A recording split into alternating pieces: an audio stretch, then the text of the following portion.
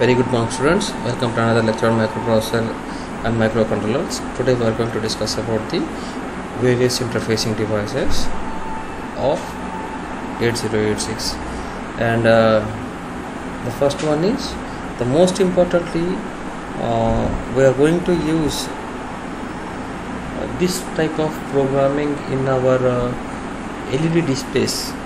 So we'll start with that one.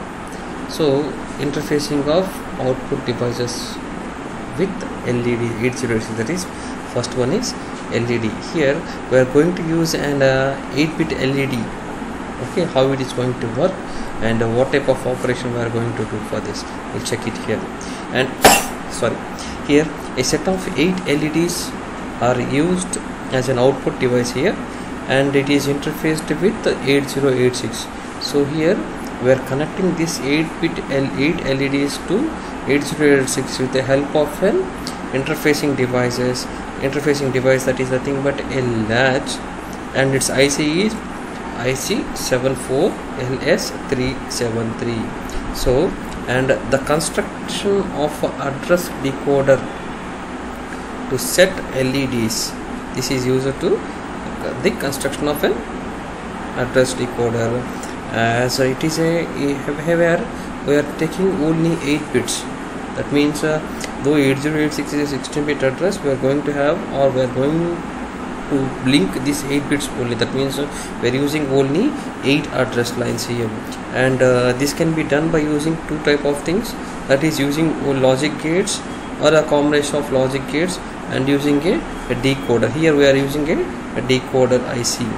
That means we are giving an input and it is been decoded here. So see here in 808 the 8086 microprocessor works here. It is works in a minimum mode and is considered to interface with a set of 8 LEDs here, and then address decoder processing, only logic gate is employed here to assign a address location. That is here in order to obtain this we are assigning an address location, that is F0H, to this LEDs. So in order to send the data from AL register, that means we are not taking a complete AX register, because as we know that it is an 8-bit, we are going for the AL register. So in order to send the data from 8086, that is from AL register to LEDs, we need to execute an instruction, that is out F0H comma AL. That means transfer the data which is present in F0H location or F0H address to AL, and from that we are going to send this to the decoding unit. And during the execution of that instruction, the data points, that means here D0 to D7, which possesses F0H address. That means the data is stored in the F0H location, and the microprocessor makes a low signal, that means an IO low signal for few microseconds duration, due to which the clock signal here is being activated. It means it enters into a low situation, that means low IO low, input output low signal, that means which activates this clock, that we are giving very less amount of time, that means a very few microseconds for activating this IC. Thus the data which is present in AL register is latched onto this IC till the execution of out instruction with the same address. That means it will be on until the out instruction is with the same address, then this data will be transmitted to the latch, and this OC complement will be grounded in this IC, so that the data is being transmitted. It enters into a try state. So okay, So coming to the another device which we are going to use in a regular life is a printer.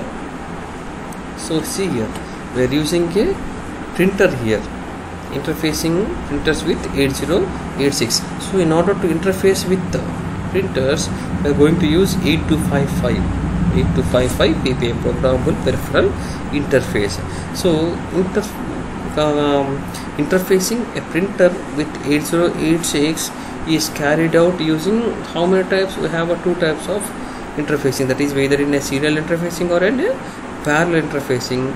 And generally in a serial interfacing we are using an RS232C standards. That means in serial interfacing the printer accepts the data bits in a bit by bit form and saves it in an internal input buffer. Okay, bit by bit, 1 2 3 4, that in the same in that sequence it is going to access, or it is going to save the data in a sequential manner.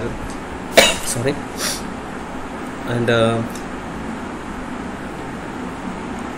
okay, the input buffer keeps the characters only for one line to be printed. That means a single line takes much time. While doing a serial interfacing, it takes much time to execute the task. That means it takes a lot of time. So it stores a one line to be printed, and the printer waits for the input buffer to be full and then sends the busy signal to the microprocessor, which starts printing. So parallel means it sends in a parallel fashion. That means if one bit is out in, it sends it immediately. So in parallel interfacing, a set of data lines, that means in serial one we are sending one by one, and in parallel one a set of data lines, usually 7 or 8 bits, and control lines are used to connect to the printer with the microprocessor. So that suppose here for example A0 to A7, D0 to D7, the data is been transmitted in a 8-bit format, and some pins are connected here: P, B1, port B, first pin, port B, 0th pin, port C, third pin, port C, second pin, port C, first pin, port C, 0 pin. See here what is happening here. So and that in parallel interfacing, as we seen, that a set of data bits and control signals, control lines are connected to the printer with the microprocessor. Here we are connecting this thing with the microprocessor here, and the data which is to be transferred to the printer is placed onto the data lines, and the strobe signal here, the strobe signal is activated by the microprocessor itself. Suppose I need to interface the data, or I need to store the send the data, this signal will be activated by the microprocessor, and thus the printer receives the data saved in the internal buffer and gives it to the, and gives an acknowledgement. That means I have received some data to the microprocessor. Some status signals like busy, see here, like busy, PE instance here, paper exhausted, that means paper has been completed, and error are sent to the microprocessor from the printer to know the availability of a printer. That means if there is any error, or if there is any busy, that means in some corporate sections, very few, which is a startup, they'll have only one printer for accessing. That means more than 10 employees are going to access only one printer. If everybody is giving printout, means then it says that a printer is busy, please wait for some time. Okay, here PE means paper exhausted. Whenever the papers are being not available, then it will send an instruction to the microprocessor.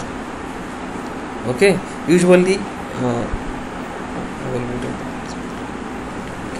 usually the data will be in the form of an ASCII format.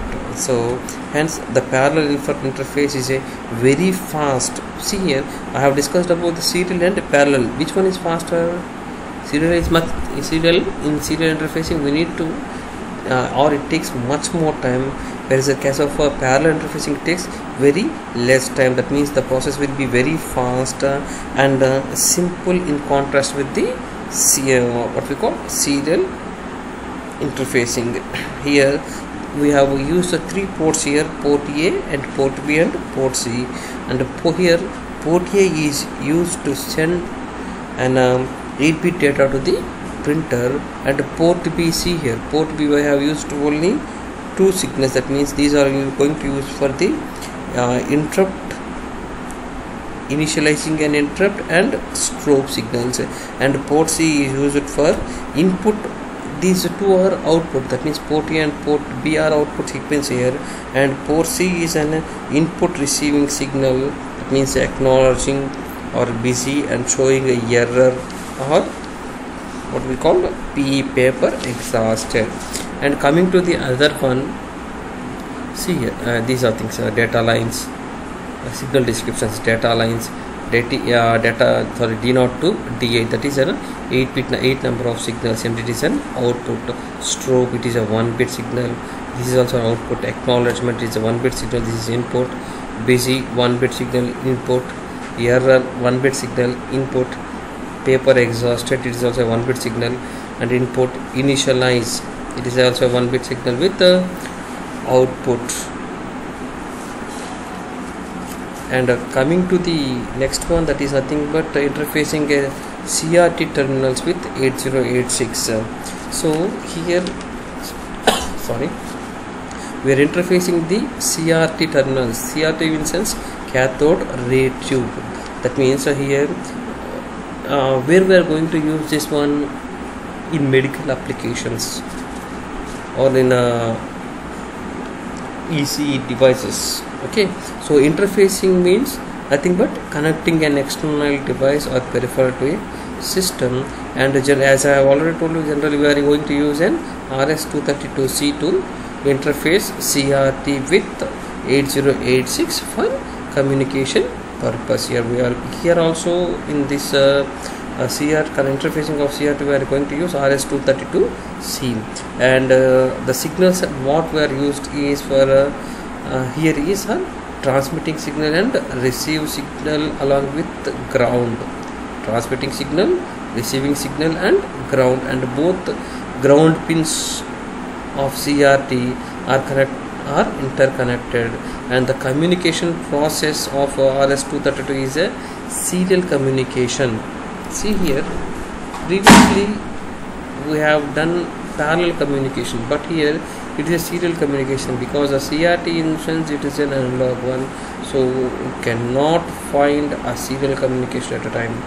So that's why we are going for a serial communication here, and the transmitter receiver signals are high until the data is transmitted or received. Here, see here, start bit, data D0, D1, D2, D3, D4, D5, D6 and D7.